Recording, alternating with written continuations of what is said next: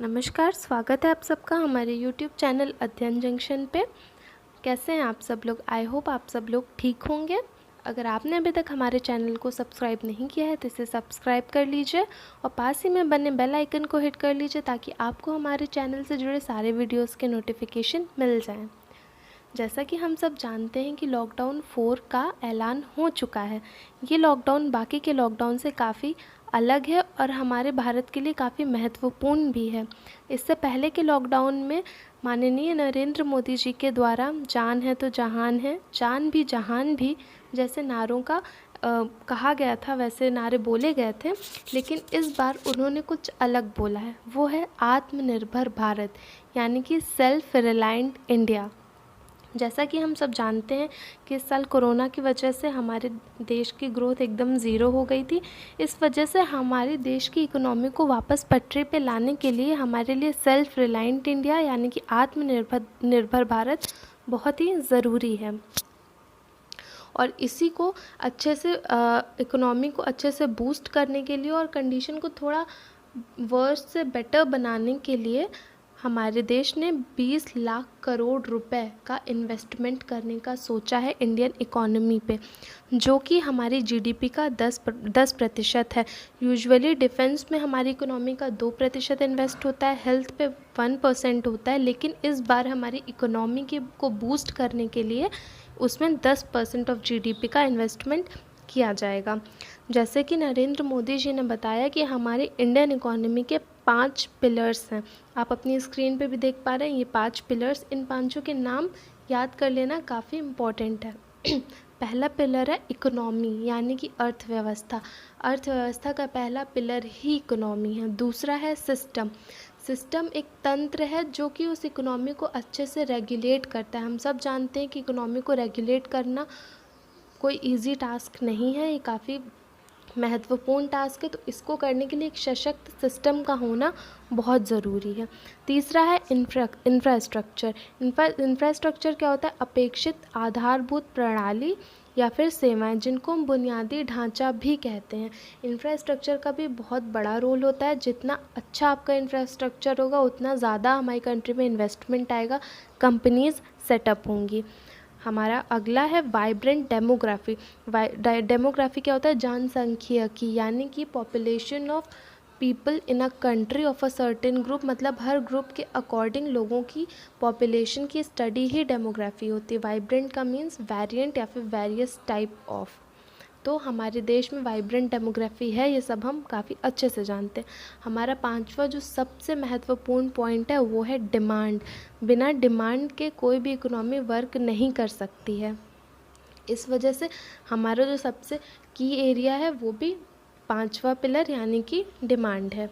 तो चलिए अब हम बात करते हैं कि इसको 20 लाख करोड़ रुपीस जो है वो कैसे खर्च होने वाला है। तो इसके बारे में फाइनेंस मिनिस्टर श्रीमती निर्मला सीतारमण जी के द्वारा 2 फेज़ में इसकी ब्रीफिंग की गई थी। तो हम भी इसको 2 फेज़ में ही पढ़ेंगे। पहला था एमएसएमई और एनबीएफसीज के बारे में, दूसरा था एग्रीकल्चर और वर्कर्स के बारे में। तो चलिए आगे डिस्कस करते हैं इसको। तो चलिए अब हम फर्स्ट फेज़ के बारे में बात करते हैं जो था एमएसएमई और एनबीएफसीज के बारे में। तो सबसे पहले एमएसएमई क्या होता है? तो एमएसएमई होता है माइक्रो स्मॉल मीडियम एंटरप्राइज और एनबीएफसी होता है नॉन बैंकिंग फाइनेंसिंग कंपनीज़। तो देखिए अब हम बात करते हैं एमएसएमईज़ के बारे में। जो सबसे बड़ा और सबसे महत्वपूर्ण चेंज किया गया या फिर जो ब्रीफिंग की इस बारे में वो थी एमएसएमई की डेफिनेशन चेंज करना। अब पहले हमारी एमएसएमईज़ की डेफिनेशन कुछ और थी, अब वो चेंज हो गई। तो जानते हैं चेंज क्या हुआ है। पहले क्या होता था कि माइक्रो जो हमारी इंटरप्राइज होती थी उनमें इन्वेस्टमेंट 25 लाख से कम होता था, स्मॉल में 5 करोड़ और मीडियम में 10 करोड़। लेकिन अब ये चेंज होकर के नया क्या हो गया है कि माइक्रो में हमारा इन्वेस्टमेंट अप टू 1 करोड़ होता है और उसका टर्नओवर 5 करोड़ होता है। जो स्मॉल होता है उसका इन्वेस्टमेंट अप टू 10 करोड़ और turnover up to 50 crore. Medium में जो इन्वेस्टमेंट है वो अप टू 20 करोड़ होता है, उसका टर्नओवर अप टू 100 करोड़ होता है। तो आप चाहें तो आप इसको पॉइंट वाइज नोट डाउन भी कर सकते हैं, ये काफ़ी इंपॉर्टेंट है। तो अब हम जानते हैं कि आगे भी क्या बोला गया है इसके बारे में। फर्स्ट पॉइंट है कि एमएसएमईज़ को कोलेक्टरल फ्री लोन प्रोवाइड किया जाएगा, जिससे कि हमारी जो 45 लाख यूनिट्स हैं उनको बेनिफिट होगा। दूसरा है सबॉर्डिनेट डेट प्रोविज़न, 20,000 करोड़ का सबॉर्डिनेट डेट प्रोविज़न दिया जाएगा, जिससे कि 2 लाख एमएसएमईज़ को फ़ायदा होगा। तीसरा है 50,000 करोड़ का इन्फ्यूजन किया जाएगा एमएसएमईज़ में by mother fund and daughter fund, यानी कि मदर फंड और डॉटर फंड के थ्रू 50,000 करोड़ रुपए का इन्फ्यूजन किया जाएगा। पांचवा जो इम्पोर्टेंट पॉइंट है वो है ग्लोबल टेंडर डिसअलाउ किया जाएगा 200 करोड़ का गवर्नमेंट कंट्रोल पे।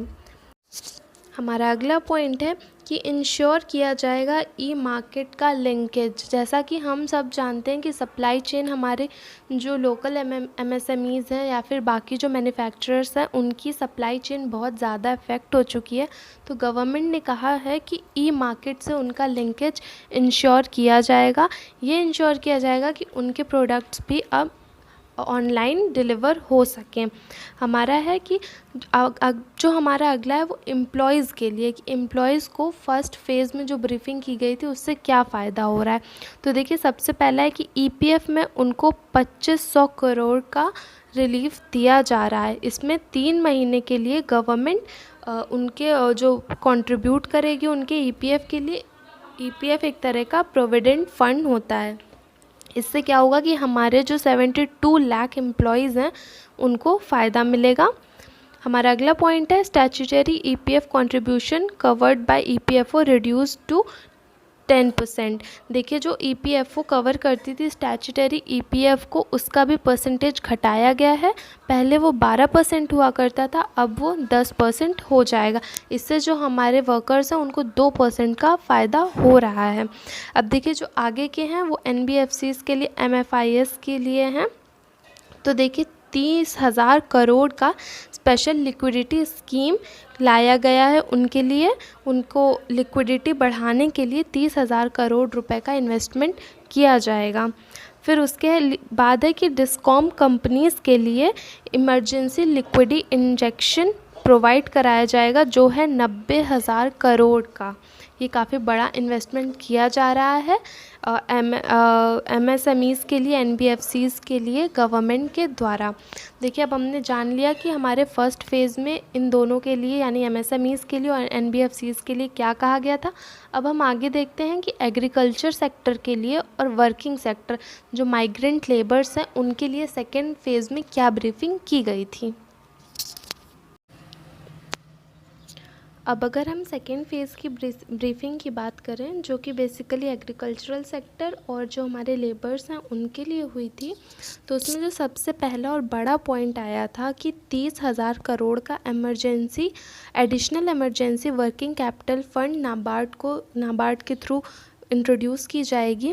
यूजुअली जो होती थी वो 90,000 करोड़ होती थी, लेकिन अब 30,000 करोड़ का एडिशनल इमरजेंसी वर्किंग कैपिटल लाया जा रहा है।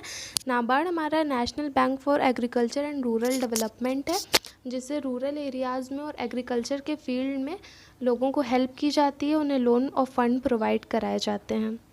हमारा दूसरा पॉइंट है 2 लाख करोड़ का क्रेडिट बूस्ट दिया जाएगा 2.5 करोड़ फार्मर्स को थ्रू किसान क्रेडिट कार्ड।